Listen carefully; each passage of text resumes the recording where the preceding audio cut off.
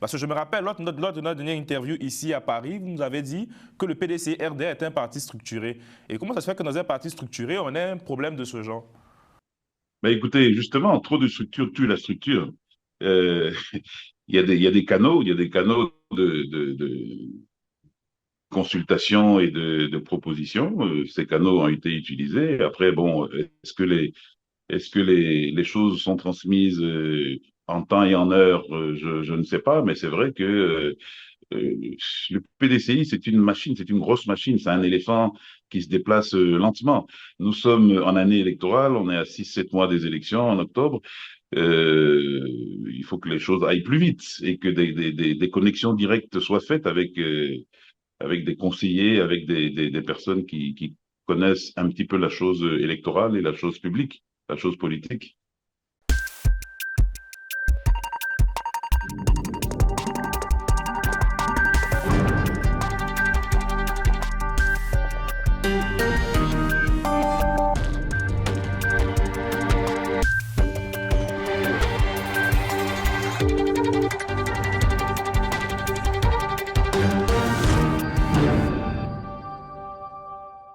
Bonsoir à tous. Nous recevons ce soir Jean-Yves Esso, ancien inspecteur au sein du PDC-RDA et aujourd'hui membre du RAGP. Bonsoir, Monsieur Esso.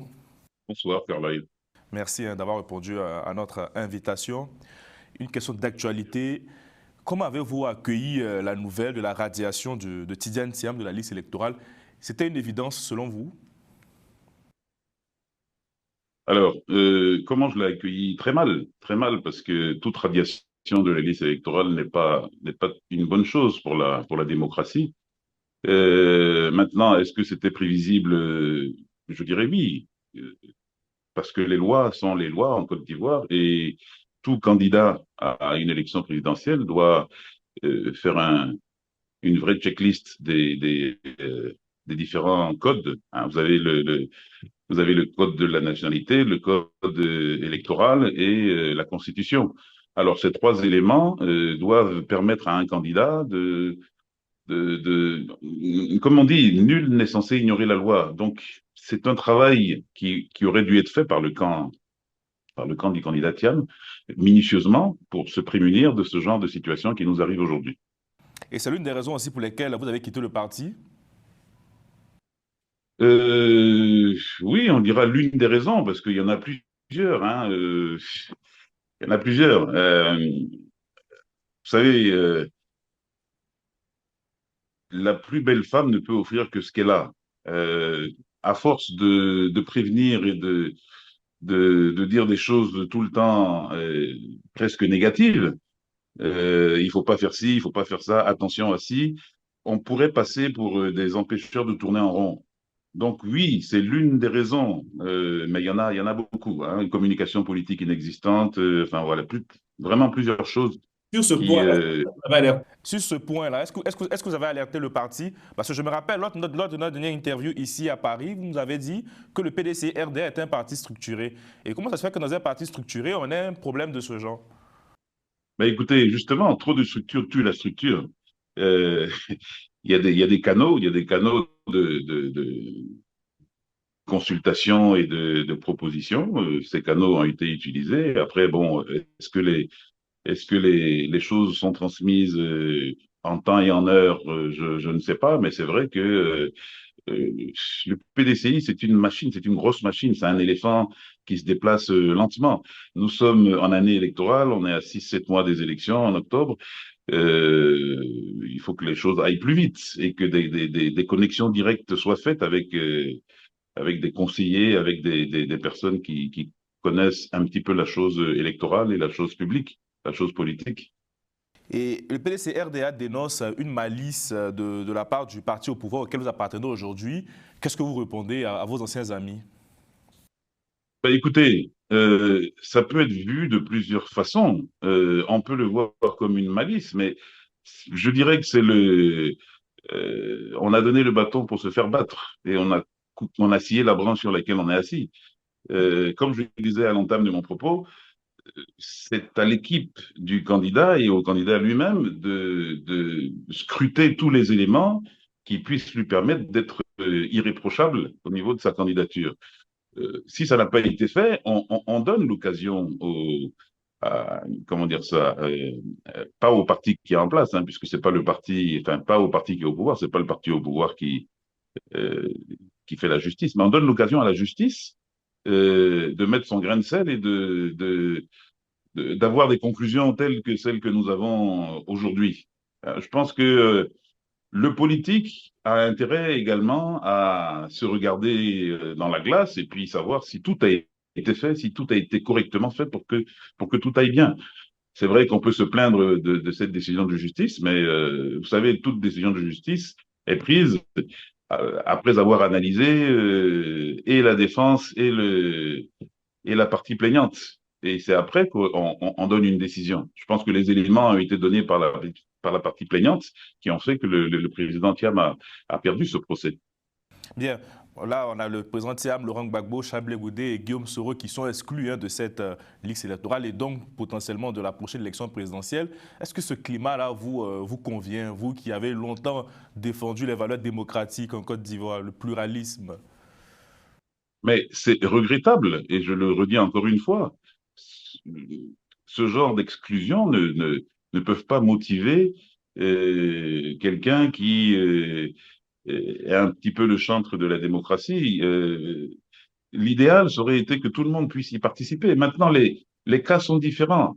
Vous avez le cas du président Gbagbo, qui est un cas judiciaire, suite à sa condamnation à 20 ans de prison, et le fait qu'il ait été gracié plutôt qu'amnistié comme ses co-accusés pose question.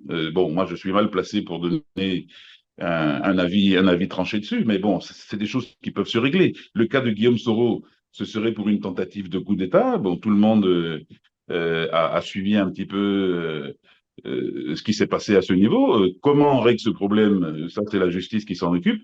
Et le cas de, comment dire, le cas de, alors oui, il y a le cas de Charles Blé Goudet également, mais c'est le même cas que celui du président Laurent Gbagbo.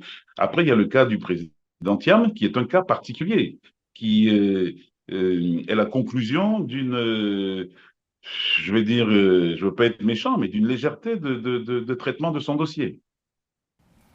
Comment se passe aujourd'hui votre nouvelle vie au sein du RHDP? Est-ce que vous regrettez tous les mots proférés à l'époque contre le parti présidentiel et surtout dans quel avenir vous vous projetez? Quelle est votre vision politique désormais? Ben, écoutez, je n'ai pas tendance à regretter ce que je dis et ce que je fais, puisque en général, quand je le fais, c'est avec toutes les précautions d'élégance et de courtoisie. Je dis ce qui est quand les choses ne vont pas et je le dis de telle manière que je ne puisse pas avoir à le regretter plus tard. Donc, je ne regrette rien de ce que j'ai dit contre certains cadres du RHDP et même vis-à-vis du président. Je l'ai fait également quand j'étais au PDCI, envers le président Bédier. Certaines fois, je donnais mes avis qui étaient peut-être pas, euh, comment dire ça, pas bien pris. Mais vous savez, euh, le principal, c'est que le message passe quand on donne un message, que ce soit à l'opposition ou au parti au pouvoir. Il faut que le message passe et il faut que euh, les, les éléments utilisés pour le message soient les plus courtois possibles pour faire passer le message. Voilà, donc j'ai vraiment aucun regret de ce que j'ai pu dire avant. Alors, comment je perçois maintenant les choses? Vous savez, je ne change pas de famille. On est dans la famille ufotiste. Et pour moi, la famille ufotiste doit continuer à développer la Côte d'Ivoire. Nous n'avons plus le droit de faire de pause. Le président Ado, le président Ouattara a impulsé une dynamique de développement. Il faudrait que cette dynamique ne soit pas stoppée et qu'elle continue. Alors, la famille euphoutiste est composée du RDR et du PDCI, regroupés dans dans un groupement politique Non, RHDP. non, non, Le non, souci qu'il y avait non. au départ, Il y a eu une séparation claire et nette. Il n'y a plus de tout RHGP à fait. avec PDC-RDA. Justement, mais justement, j'en venais. Le souci qu'il y avait au départ, c'est que nous étions passés de groupements politiques à partis unifiés. Voilà l'objet de la discorde. Il suffit de se rasseoir et puis de revoir les bases pour savoir comment on continue ensemble, parce que la famille oufouetiste doit continuer à développer la Côte d'Ivoire. C'est mon sentiment. Mais justement, même pour qu'on puisse tous mieux comprendre, quelles étaient les raisons de votre soutien, de votre adhésion au PDCI-RDA? Pourquoi ne pas avoir déjà choisi alors ce parti oufouettiste qui dirige le pays depuis 15 ans aujourd'hui, dans ce cas? Mais parce que je suis PDCI, comme disait un de mes aînés, l'ancien vice-président, de la tête aux pieds. Donc, je vois pas pourquoi je serais parti au RDR en 2010 ou en 2011. J'ai toujours été PDCI. Maintenant, nous avons gouverné le pays avec le RDR sous la forme du RHDP de 2010 à 2018. Donc, ce n'est pas non plus le diable. Il ne faut pas voir le RHDP comme le diable. Nous avons gouverné de 2010 à 2018. Ensuite, ils ont voulu phagocyter ce grand parti qu'est le PDCI. C'est pour ça que le PDCI s'est rétracté. Mais nous restons fouettistes. Et en tant que fouettistes, il faut qu'on soit d'accord sur ce Mais qu'on là, décide pour la suite du développement de la Côte d'Ivoire. on se tourne quasiment vers une OPA du PDCI-RDA, du parti du président Houphouët-Boigny, que vous citez régulièrement. Est-ce que aussi rejoindre le RHDP n'est pas trahi la promesse initiale du premier président fondateur de la Côte d'Ivoire? Non, pas du tout, pas du tout, puisque de toute façon, vous savez qu'en Côte d'Ivoire, il est très difficile pour un parti tout seul de gagner. Il est très difficile. Je crois même que ça n'a jamais existé. Il y a toujours eu des alliances. Alors, nous nous trouvons dans une situation où le PDCI doit je ne veux pas dire se réinventer, mais doit se définir. Soit le PDCI est un parti d'opposition, donc s'allie au PPACI, et dans ce cas, va voir le président Gbagbo pour commencer à faire des négociations hein, pour l'alliance, soit alors le PDCI reste dans sa famille euphoutiste et retourne vers le RHDP, d'où il a eu une séparation de corps et non une séparation d'idéologie. Ce n'est pas une alliance contre nature que de retourner vers le RHDP. Par contre, ça laisserait si jamais on partait du côté du PPACI. Mais il faut que le PDCI s'affirme, décide ce qu'il a envie de faire pour la suite. Nous sommes un grand parti, le RHDP, mais bien sûr, sans soutien, les combats électoraux seront difficiles. Donc c'est clair que le PDCI, qui est également un grand parti, s'il revient à la raison en discutant avec son partenaire oufouettiste, ça pourrait reconstituer la grande famille oufouettiste et on continuerait à développer le pays. Jean-Yves Sissoko, en toute franchise, est-ce que votre ralliement au RHGP s'est fait aussi sous les conditions financières, en toute franchise devant nos téléspectateurs? Oui, alors je vais vous dire quelque chose de très simple que j'ai déjà dit à tout le monde. Euh, les rumeurs s'épandent sur mais je n'ai jamais donné de conditions à mon arrivée au RHDP. Je pense que tous les protagonistes sont encore vivants, sont encore là. Je n'ai exigé aucun centime.